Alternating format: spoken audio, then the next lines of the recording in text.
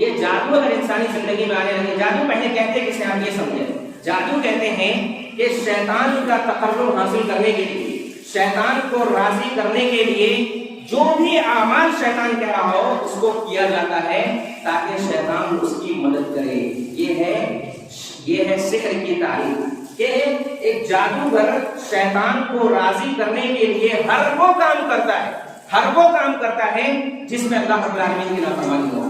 اگر ایک جادوگر جادوگری سیکھ رہا ہے تو اللہ رب العالمین کے کلمے کے ساتھ نافرمانی بھی کرتا ہے۔ ایک جادوگر اگر جادو سیکھ رہا ہے تو وہ قرآن کریم کی آیات کے ساتھ بے حرمتی بھی کرتا ہے۔ ایک جادوگر اگر جادو سیکھ رہا ہے تو شیطان کو راضی کرنے کے لیے قرآن کریم کی آیات کو پیر میں بھی باندھتا ہے، قرآن کریم کی آیات کو بیت الخلا میں بھی لے جاتا ہے۔ ایک جادوگر اگر جادو سیکھ رہا ہے تو شیطان کو راضی کرنے کے لیے قرآن کریم کو غلیظ چیزوں سے لکھتا ہے۔ ایک جادوگر اگر جادو سیکھ رہا ہے تو قرآن کریم کی آیات کی بے حرمتی کرتا ہے، اللہ رب العالمین کے ساتھ دوسروں کو شریک کرتا ہے۔ اور اسی طریقے سے آپ یہ بھی سمجھ لیں، ستاروں کی عبادت کرنے کے لیے اگر شیطان کہے تو اس کی بھی عبادت کرتا ہے۔ یہاں تک کہ میں کہوں کہ ایک جادوگر جادوگری سیکھنے کے لیے اپنی ماں بہن بیٹی تک کے ساتھ زنا کرنے کے لیے تیار ہو جاتا ہے، تب جا کر وہ انسان جادوگری سیکھتا ہے۔ یعنی شیطان اگر راضی ہو جائے، شیطان اگر اس سے خوش ہو جائے تب شیطان اس کی مدد کرنا شروع کر دیتا ہے۔ لہذا یہ جادو اسی لیے کہا گیا ہے ہلاک کر دینے والی چیز ہے۔ سب سے پہلے تو انسان کی زندگی کا عقیدہ خراب کر دیتا ہے، شیطان پر انسان کو توکل ہونے لگتا ہے، شیطان پر بھروسہ ہونے لگتا ہے، اللہ رب العالمین کی ذات سے انسان کا توکل ختم ہو جاتا ہے۔ لہذا جتنے بھی جادوگر ہیں وہ ایسے جادوگر نہیں بنتے ہیں، اللہ رب العالمین کی نافرمانی کرتے ہیں، اللہ کی آیات کی نافرمانی کرتے ہیں، قرآن کریم کو غلیظ چیزوں سے لکھتے ہیں، اللہ رب العالمین کے ساتھ شرک کرتے ہیں اور ناپاکی کی حالت میں قرآن کریم کو چھوتے ہیں اور اس کی بے حرمتی کرتے ہیں، یہاں تک کہ اپنی ماں بہن بیٹی تک کے ساتھ بھی زنا کرنے کے لیے تیار ہو جاتے ہیں کہ شیطان خوش ہو جائے۔ اور جب شیطان خوش ہو جاتا ہے تو کچھ چیزیں اس کو بتانا شروع کر دیتا ہے، اس طریقے سے وہ لوگوں کو گمراہ کرنا شروع کر دیتا ہے۔ سب سے پہلی چیز یہ تو تعریف ہو گئی، بنیادی چیز یہ سمجھے کیا جادو اثر انداز ہو سکتا ہے یا نہیں ہو سکتا ہے؟ جادو اثر انداز ہوتا ہے، لیکن جادو فی نفس سے ہی اثر انداز نہیں ہو سکتا۔ یہ توکل اگر کسی کا ہے کہ جادو فی نفس سے ہی اثر انداز ہے تو وہ اللہ رب العالمین کے ساتھ شرک کر رہا ہے۔ کوئی بھی چیز فی نفس سے اثر انداز نہیں ہو سکتی ہے، اللہ رب العالمین اگر چاہے تو ہی وہ اثر انداز ہو سکتی ہے۔ لہذا جادو اثر انداز ہے لیکن باذن اللہ رب العالمین کے اذن سے وہ اثر انداز ہوتی ہے۔ اور اس کی دلیل کیا ہے؟ خود اللہ کے نبی صلی اللہ علیہ وسلم کے اوپر بھی جادو کیا گیا تھا، کیا گیا کہ نہیں کیا گیا؟ اللہ کے نبی صلی اللہ علیہ وسلم کے اوپر جادو کیا گیا تھا۔ اما عائشہ رضی اللہ تعالیٰ عنہا کہتی ہے کہ اللہ کے نبی صلی اللہ علیہ وسلم کے اوپر جادو کیا گیا تھا تو آپ صلی اللہ علیہ وسلم بہت پریشان ہو گئے تھے۔ کوئی چیز آپ کو یاد رہتی تھی، آپ اسی چیز کو پھر بھول جاتے تھے۔ کوئی کام آپ صلی اللہ علیہ وسلم نے کر لیا ہو اور اسی کام کو آپ صلی اللہ علیہ وسلم تھوڑی دیر کے بعد بھول جایا کرتے تھے۔ یہ جادو کا اثر آپ صلی اللہ علیہ وسلم کے اوپر ہوا تھا۔ لہٰذا آپ صلی اللہ علیہ وسلم بہت زیادہ پریشان تھے۔ آپ صلی اللہ علیہ وسلم اللہ رب العالمین کی بارگاہ میں دعا کر رہے تھے کہ اللہ تعالیٰ مجھے عافیت عطا فرما، اللہ تعالیٰ مجھے عافیت عطا فرما۔ لیکن یہاں پر یہ سمجھے کہ کسی اللہ کے پاس اللہ کے نبی صلی اللہ علیہ وسلم نہیں گئے۔ وہ دور کیسا دور تھا معلوم ہے آپ کو؟ کاہنوں کا دور تھا، اطراف کا دور تھا، جو لوگ فیوچر بتاتے ہیں ان لوگوں کا دور تھا۔ لوگ فوراً جاتے تھے، کوئی بھی مسئلہ ہو جاتا تھا تو فوراً دوڑ کے چلے جایا کرتے تھے، ان سے مسئلہ معلوم کر لیا کرتے تھے۔ لیکن اللہ کے نبی صلی اللہ علیہ وسلم اللہ رب العالمین سے مانگ رہے ہیں، اللہ رب العالمین پر بھروسہ کر رہے ہیں، اللہ رب العالمین پر توکل ہے۔ اور اس کے بعد اللہ کے نبی صلی اللہ علیہ وسلم نے ایک دن کہا اما عائشہ رضی اللہ تعالیٰ عنہا سے کہ اے عائشہ، اللہ رب العالمین نے میری دعا سن لی ہے، اللہ رب العالمین نے میری دعا کو قبول کر لیا ہے۔ میرے پاس دو فرشتے آئے، میرے پاس دو فرشتے آئے، ایک میرے سر کے پاس بیٹھا، ایک میرے پیر کے پاس بیٹھا، اور دونوں آپس میں کیا کرنے لگے؟ گفتگو کرنے لگے، دونوں آپس میں گفتگو کرنے لگے۔ پہلے نے کہا یہ شخص کون ہے؟ دوسرے نے کہا یہ جناب محمد رسول اللہ صلی اللہ علیہ وسلم ہے۔ دوسرے نے کہا کیا معاملہ ہے، کیا ہوا ہے؟ تو پہلے نے کہا کہ جادو اس کو کیا گیا ہے۔ پھر دوسرے نے کہا کہ کس نے جادو کیا ہے؟ تو کہا گیا کہ یہود کا ایک قبیلے بنو زبیر ہے، اس میں ایک شخص ہے جس کا نام لبید بن عاصم ہے۔ لبید بن عاصم نے جناب محمد رسول اللہ صلی اللہ علیہ وسلم کے اوپر جادو کیا تھا۔ لبید بن عاصم نے اللہ کے نبی صلی اللہ علیہ وسلم کے اوپر جادو کیا ہے۔ پھر دوسرا پوچھتا ہے کہاں پر کیا ہے؟ تو کہنے لگے کہ کھجور کے گوشے پر اور کنگھی پر اور بال پر، ان تینوں چیزوں پر جادو کیا گیا ہے۔ پھر پوچھا گیا کہ یہ کہاں ہے، تو بتایا گیا کہ بئر زروان ایک کنواں ہے، اس کنویں میں اس جادو کو کر کے وہاں ڈال دیا گیا ہے۔ تب جا کر اللہ کے نبی صلی اللہ علیہ وسلم نے اس صحابہ کرام کو وہاں پر بھیجا، تو حضور کے جو گوشے تھے بہت زیادہ بد شکل ہو چکے تھے، لہٰذا اسے نکالا گیا اور اس کے بعد اسے دفن کر دیا گیا۔ اور دوسری روایت کے اندر آتا ہے جبرائیل علیہ السلام آئے اللہ کے نبی صلی اللہ علیہ وسلم کے پاس، جبرائیل علیہ السلام آئے تھے اللہ کے نبی صلی اللہ علیہ وسلم کے پاس، اور آپ صلی اللہ علیہ وسلم کو خبر دیا کہ یہودی لبید بن عاصم جو ہے اس نے آپ کے اوپر جادو کیا ہے اور اس طرح کا معاملہ ہے، اور کنگھی کے اوپر جادو کیا ہے اور بال کے اوپر جادو کیا ہے۔ لہٰذا جب اللہ کے نبی صلی اللہ علیہ وسلم نے حضرت علی بن ابی طالب رضی اللہ تعالیٰ عنہ کو وہاں بھیجا، حضرت علی بن ابی طالب رضی اللہ تعالیٰ عنہ وہاں جاتے ہیں اور اسے دیکھتے ہیں تو وہی کیفیت تھی جو جبرائیل علیہ السلام نے بیان کیا تھا، وہی کیفیت اس کی تھی۔ لہٰذا اس کو لایا جاتا ہے تو دیکھا جاتا ہے کہ کنگھی کے جو دانت ہوتے ہیں اس دانت میں بال کو باندھ دیا گیا تھا اور اس کے اوپر تانت باندھ دی گئی تھی، اور اس تانت میں 11 گرہیں لگا دی گئی تھی۔ کتنی گرہیں لگا دی گئی تھی؟ 11 گرہیں لگا دی گئی تھی۔ اور جادوگر یہی سب کرتے ہیں، کیا کرتے ہیں کہ من عقد عقدۃ ثم نفخ فیہا، کسی نے گرہیں لگائی اور اس کے اوپر کیا کیا؟ خون کو مارا، فقط سحر، اس نے کیا کیا؟ جادو کیا۔ ومن سحر فقط اشرک، جس نے جادو کیا اس نے شرک کیا۔ ومن تعلق شیئا وکل الیہ، اور جو اس طرح کے جادو کو لٹکاتا ہے تو اسی کے حوالے کر دیا جاتا ہے۔ لہذا یہ جادوگر کیا کیا تھا کہ اس تانت کے اوپر 11 گرہیں باندھ دیا تھا۔ اللہ کے نبی صلی اللہ علیہ وسلم کے بال کو بھی استعمال کیا تھا، کنگھی کو بھی استعمال کیا تھا، حضور کے خوشوں کو بھی استعمال کیا تھا۔ لہذا اس سے یہ بھی معلوم ہوتا ہے کہ آپ جو چیزیں استعمال کرتے ہیں، ایک جادوگر ان چیزوں کو استعمال کر کے آپ کے اوپر جادو کر سکتا ہے۔ آپ کے گھروں میں اگر کوئی چیز ہے، آپ کا کپڑا ہے، آپ کا لباس ہے، آپ کی کوئی بھی چیز ہے جو آپ کے گھروں میں جو آپ استعمال کرتے ہیں، ان چیزوں کو ایک جادوگر استعمال کر کے آپ کے اوپر جادو کر سکتا ہے۔ اللہ کے نبی صلی اللہ علیہ وسلم کے بال کو استعمال کیا گیا تھا اور اس کے بعد 11 گرہیں لگا دی گئی تھی، اور اسی موقع سے حضرت جبرائیل علیہ السلام جو آئے تھے تو 2 صورت لے کر آئے تھے۔ کون؟ معوذتین، جس کو کہا جاتا ہے۔ اللہ کے نبی صلی اللہ علیہ وسلم نے کہا نا میری دعا اللہ تعالیٰ نے قبول کر لی۔ کون سی دعا قبول کر لی تھی؟ اللہ رب العالمین نے قرآن کریم کی آیات نازل کی جس کو معوذتین کہا جاتا ہے، قل اعوذ برب الفلق، قل اعوذ برب الناس۔ یہ سورت ہمیشہ پڑھتے رہنا چاہیے، دیکھیے ہر نماز کے بعد پڑھی جاتی ہے اس سورت، ہر نماز کے بعد کیا جاتا ہے؟ پڑھا جاتا ہے، لیکن ہم پڑھتے ہی نہیں۔ ان سورت کو پڑھنے کا اہتمام کرنا چاہیے۔ خود اللہ کے رسول صلی اللہ علیہ وسلم نماز کے بعد بھی پڑھا کرتے تھے اور سونے سے پہلے بھی پڑھا کرتے تھے۔ اس میں کیا کہا گیا ہے؟ بہت ساری چیزیں اس کے اندر بیان کی گئی ہیں۔ پھر کہا جاتا ہے، اسی حدیث کے الفاظ ہیں کہ اللہ کے نبی صلی اللہ علیہ وسلم کے اوپر یہ معوذتین جب نازل ہوئی تو آپ صلی اللہ علیہ وسلم ایک آیت پڑھتے تھے اور وہ جو گرہیں لگی ہوئی تھی وہ گرہیں کھلتی جاتی تھی۔ جس طریقے سے آپ صلی اللہ علیہ وسلم ایک آیت پڑھتے تھے، آپ پڑھیں گے قل اعوذ برب الفلق سے الہ الناس تک 11 آیت ہیں، 11 گرہیں لگی ہوئی تھی، ہر گرہیں ایک آیت پر پڑھی جایا کرتی تھی۔ اس طریقے سے اللہ کے نبی صلی اللہ علیہ وسلم نے پوری سورت کو پڑھا اور جو 11 گرہیں لگی ہوئی تھی وہ 11 گرہیں کھل گئی، اور آپ صلی اللہ علیہ وسلم کو ایسا محسوس ہو رہا تھا کہ کسی چیز سے جو جکڑا ہوا ہوتا ہے انسان، زنجیر میں کسی چیز سے جو جکڑا ہوا ہے اس سے انسان آزاد ہو گئے۔ اللہ کے نبی صلی اللہ علیہ وسلم کو ایسا محسوس ہونے لگا کہ کسی چیز میں جکڑے ہوئے تھے آپ صلی اللہ علیہ وسلم، اور اس کے بعد آپ کیا ہو گئے؟ آزاد ہو گئے۔ یعنی اللہ کے نبی صلی اللہ علیہ وسلم کے اوپر بھی جادو کیا گیا تھا، لیکن اس موقع سے اللہ کے نبی صلی اللہ علیہ وسلم نے کیا کیا؟ اللہ رب العالمین پر بھروسہ کیا، اللہ رب العالمین پر توکل کیا، اللہ رب العالمین پر یقین رکھا، کسی دوسرے کے سامنے اللہ کے نبی صلی اللہ علیہ وسلم نے ہاتھ نہیں پھیلایا۔ لہذا یہ جو معوذتین نازل ہوئی یہ اسی موقع سے نازل ہوئی، اور کس کے لیے نازل ہوئی؟ مسلمانوں کے لیے نازل ہوئی۔ آج مسلمان کہاں بھاگ رہے ہیں؟ توکل اگر انسان کی زندگی میں نہیں ہو تو یہی ساری چیزیں ہوتی ہیں، انسان در در کی ٹھوکریں کھاتا ہے لیکن اس کے باوجود بھی کوئی حل پیش نہیں کر سکتا ہے، کیونکہ انسان کے بس کا کچھ بھی نہیں ہے۔ اللہم لا مانع لما ولا معطی لما منع، اللہ دینا چاہے تو کون لے سکتا ہے، اور اللہ نہیں دینا چاہے تو کون دے سکتا ہے؟ کوئی نہیں دے سکتا ہے۔ توکل انسان کی زندگی کے اندر ہونا چاہیے، اللہ رب العالمین پر بھروسہ ہونا چاہیے۔ یہ جو معوذتین نازل ہوئی ہے کہا کیا گیا ہے اس کے اندر؟ کبھی سوچنے کی کوشش کی آپ نے کیا کہا گیا ہے؟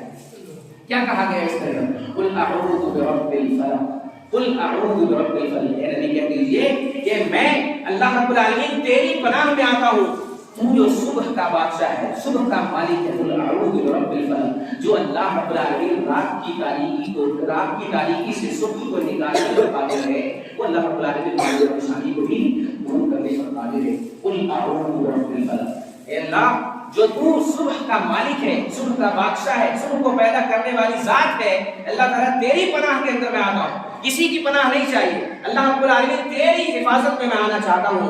اللہ رب العالمین جسے اپنی حفاظت میں لے لے اس کو کون نقصان پہنچا سکتا ہے؟ اس کے بعد کہا گیا قل اعوذ برب الفلق من شر ما خلق۔ دنیا کے اندر جتنی بھی شرور و فتن ہیں ان تمام شرور و فتن سے اللہ رب العالمین میں تیری پناہ کے اندر آنا چاہتا ہوں، اللہ رب العالمین میں تیری پناہ میں چاہتا ہوں۔ کسی کی پناہ نہیں چاہیے، کسی جادوگر کی پناہ نہیں چاہیے، کسی طاقتور کی پناہ نہیں چاہیے، اگر پناہ چاہیے تو اللہ رب العالمین تیری پناہ میں آنا چاہتا ہوں۔ اللہ رب العالمین تو اپنی پناہ کے اندر رکھ لے، یہی کافی ہے۔ اگر اللہ رب العالمین اپنی پناہ میں رکھ لے تو کوئی بھی انسان، کسی بھی طرح کا جادوگر کوئی تکلیف نہیں پہنچا سکتا ہے، نقصان نہیں پہنچا سکتا ہے۔ من شر ما خلق، جو بھی چیزیں اللہ رب العالمین نے شرور و فتن پیدا کیے ہیں ان تمام شرور و فتن سے اللہ رب العالمین میں تیری حفاظت کرنا چاہتا ہوں، میں تیری پناہ کے اندر آنا چاہتا ہوں۔ من شر ما خلق ومن شر غاسق اذا وقب، اور رات کی تاریکی جب چھا جاتی ہے اللہ رب العالمین اس سے بھی تیری پناہ میں آنا چاہتا ہوں۔ رات کی تاریکی میں بہت سارے جرائم ہوتے ہیں، رات کی تاریکی میں چور ڈاکیوں کے جرائم ہوتے ہیں، اور جرائم پیشہ لوگ رات کی تاریکی میں نکلتے ہیں، موذی جانور رات کی تاریکی میں نکلتے ہیں، درندے رات کی تاریکی میں نکلتے ہیں۔ ان تمام چیزوں سے ایک انسان کیا کرتا ہے؟ صحیح کریمہ کی روشنی میں پناہ مانگتا ہے۔ کس کی پناہ میں آتا ہے؟ اللہ رب العالمین کی پناہ میں آتا ہے۔ اللہ تعالیٰ اس پناہ، اللہ تعالیٰ میں تیری پناہ کے اندر آتا ہوں اور ان شرور و فتن سے تیری پناہ میں آتا ہوں۔ اے صبح کے مالک میں تیری پناہ کے اندر آتا ہوں۔ رات کی تاریکی جب پھیل جاتی ہے اور جرائم پیشہ لوگ جب پھیلنے لگتے ہیں اللہ تعالیٰ ان تمام سے میں تیری پناہ کے اندر آتا ہوں۔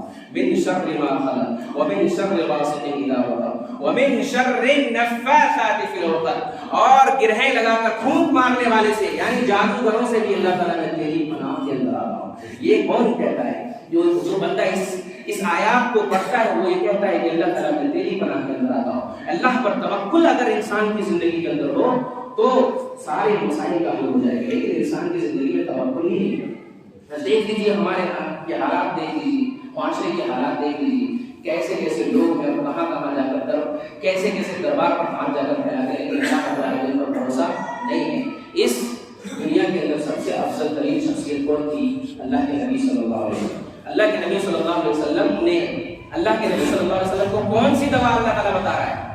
اپنے محبوب کو اللہ رب العالمین کون سی دوا بتا رہا ہے؟ کہہ رہا ہے دوسرے کو درو پر جاؤ، نہیں، یہ جو آیات نازل کی گئی ہے اس کو پڑھو، اس کو پڑھنے سے کیا ہوگا؟ آسانیاں پیدا ہو جائیں گی، اللہ تعالیٰ تکالیف کو دور کر دے گا، پریشانیوں کو دور کر دے گا۔ خود اللہ کے نبی صلی اللہ علیہ وسلم کی پریشانی دور ہوئی ہے، ایسا نہیں ہے، یہ احادیث سے ثابت ہے، بخاری کی روایات میں نے ذکر کی ہے، اس سے اللہ کے نبی صلی اللہ علیہ وسلم کی پریشانی دور ہوئی ہے۔ لہذا سب سے پہلی چیز ہمارا توکل تو ہونا چاہیے، بھروسہ تو ہونا چاہیے اللہ رب العالمین کی ذات پر، بھروسہ ہی نہیں ہمارا۔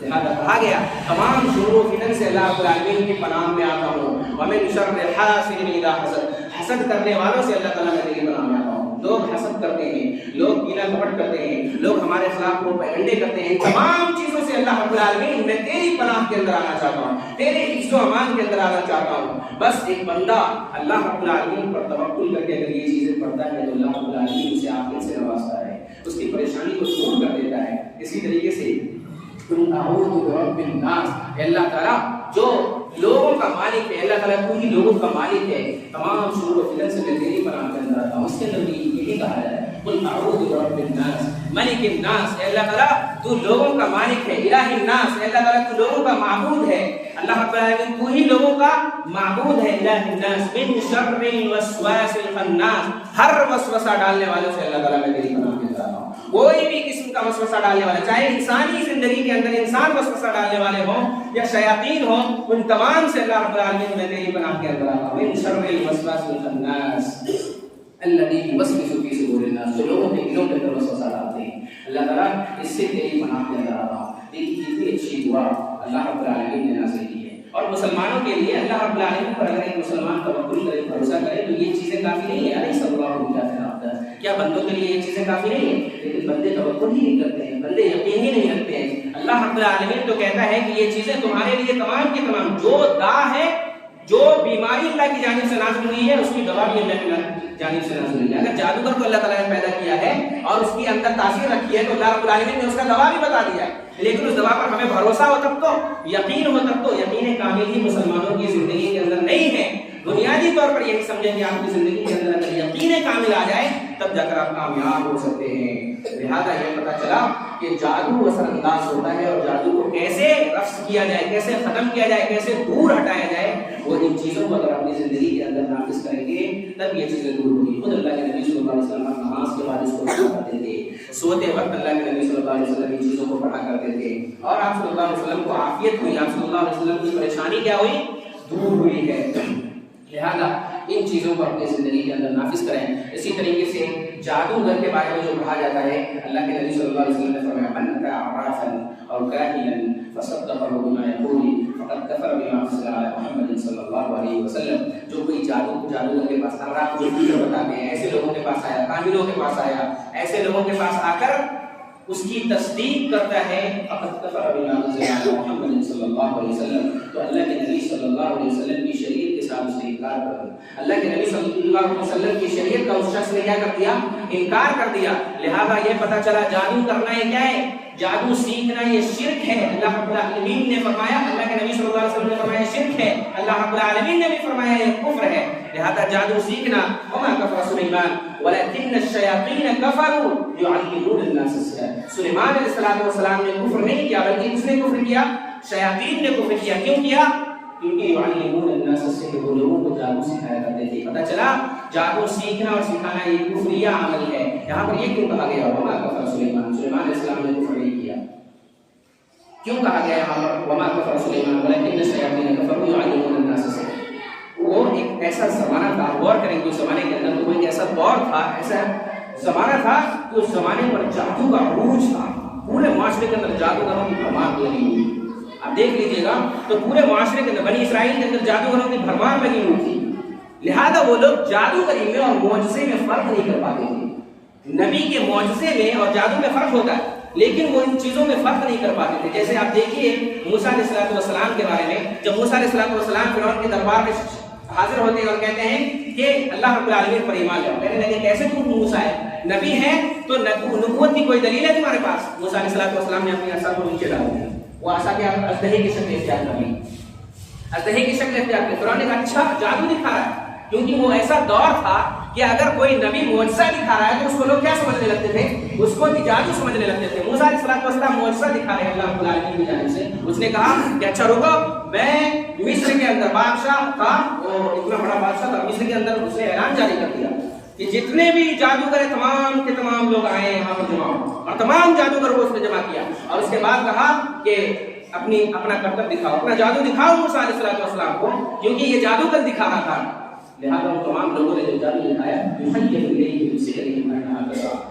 موسیٰ علیہ السلام نے خیال کیا. دیکھیے جادوگر کیا ہوتے ہیں, جادوگر حقیقت نہیں ہوتی ہے بلکہ انسان کی نظروں کو باندھ دیا جاتا ہے. جب وہ جادوگر وہاں پر آئے, میدان میں آئے اور انہوں نے اپنا عصا ڈالا تو وہ تمام عصا کیا ہو گیا, شکل کس چیز کی اختیار کر لی, اژدہے کی شکل اس نے اختیار کر لی. اس کے بارے میں جو اللہ رب العالمین نے قرآن کریم کی آیات نازل کی, یخیل الیہ من سحرہم انہا تسعی. موسیٰ علیہ السلام کے خیال میں ایسا آیا کہ یہ جو لاٹھی تھی یہ اژدہے کی شکل اختیار کر لی. ایسا خیال میں آیا, ایسا خیال میں, حقیقت نہیں ہوا. اس سے معلوم چلا کہ جادوگر جو ہوتے ہیں وہ حقیقی چیزیں نہیں ہوتی ہے, لوگوں کی نظروں کو کیا کر دیتے ہیں, باندھ دیتے ہیں. فاوجس فی نفسہ خیفۃ موسیٰ, موسیٰ علیہ السلام دیکھ کر کیا ہو گئے, گھبرا گئے, ڈر گئے. اللہ رب العالمین نے کہا کہ ما فی یمینک, جو تمہارے ہاتھ میں اسے تو ڈالو پہلے, یہ جتنی بھی جادوگر کے اژدہے ہیں ان تمام کو کھا جائے گا. موسیٰ علیہ السلام نے جب اپنا اژدہا اپنی لاٹھی کو ڈالا زمین پر تو جتنے اژدہے تھے ان تمام کو کھا گیا. یہ جادوگر دیکھ کر حیران ہو گئے کہ یہ تو جادوگری نہیں ہے, موسیٰ علیہ السلام جو دکھا رہے ہیں یہ جادوگری نہیں ہے. موسیٰ علیہ السلام تو نبی ہیں, تمام کے تمام کہنے لگے میں موسیٰ علیہ السلام کے رب پر اور ہارون کے رب پر ایمان لاتا ہوں. تمام جادوگر یہ سمجھ گئے تھے, ان کو معلوم تھا کہ جادوگری کیا ہوتی ہے, اور ان کو یہ بھی معلوم تھا کہ یہ جادوگری نہیں ہے جو موسیٰ علیہ السلام دکھا رہے ہیں, جو ہم دکھا رہے ہیں یہ جادوگری نہیں ہے. ہم میں اور موسیٰ علیہ السلام میں زمین و آسمان کا فرق ہے. لہذا وہ تمام جادوگر جو آئے تھے ابھی کرتب دکھانے کے لیے, وہ تمام جادوگر کیا ہو گئے, موسیٰ علیہ السلام کے اوپر ایمان لے آئے. لہذا اس زمانے کے اندر یہی دور تھا جب کوئی نبی معجزہ دکھاتا تھا اسے لوگ جادوگر تسلیم کر لیا کرتے تھے. لہذا سلیمان علیہ السلام جو معجزہ دکھاتے تھے، پرندوں سے بات کیا کرتے تھے سلیمان علیہ السلام، تو یہ چیزیں جو ہوتی تھی اس کو بھی جادوگری سے تشبیہ دے دیا کرتے تھے. اسی کی اللہ رب العالمین نے اس آیت کریمہ کے اندر نفی کی ہے کہ وما کفر سلیمان علیہ السلام نے جادو نہیں کیا تھا. جادو تو ان لوگوں نے کیا تھا، شیاطین نے جادو کیا تھا لوگوں کو. سلیمان علیہ السلام نے کفر نہیں کیا تھا، بلکہ شیاطین نے کفر کیا تھا، جو لوگوں کو کیا کرتے تھے، جادو سکھایا کرتے تھے.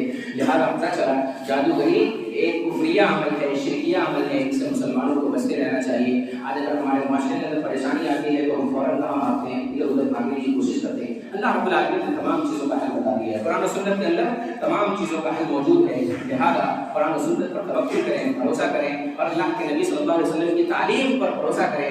اللہ کے نبی صلی اللہ علیہ وسلم نے جو تعلیم دی ہے وہی اصل تعلیم ہے. اللہ رب العالمین مسلمانوں کو صحیح سمجھ عطا فرمائے. اللہ رب العالمین مسلمانوں کے احوال کی حفاظت فرما. اللہ رب العالمین مسلمان جہاں کہیں بھی پریشان حال ہیں ان کی پریشانی کو دور فرما.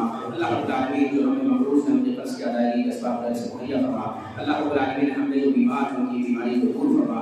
اللہ رب العالمین مسلمانوں کے احوال کی حفاظت فرما. اللہ رب العالمین ہم جب تک جئیں تب تک اسلام پر جئیں، جب ہمارا خاتمہ ہو تو ایمان پر ہو. وصلی اللہ علیہ محمد وعلی آلہ وصحبہ وسلم.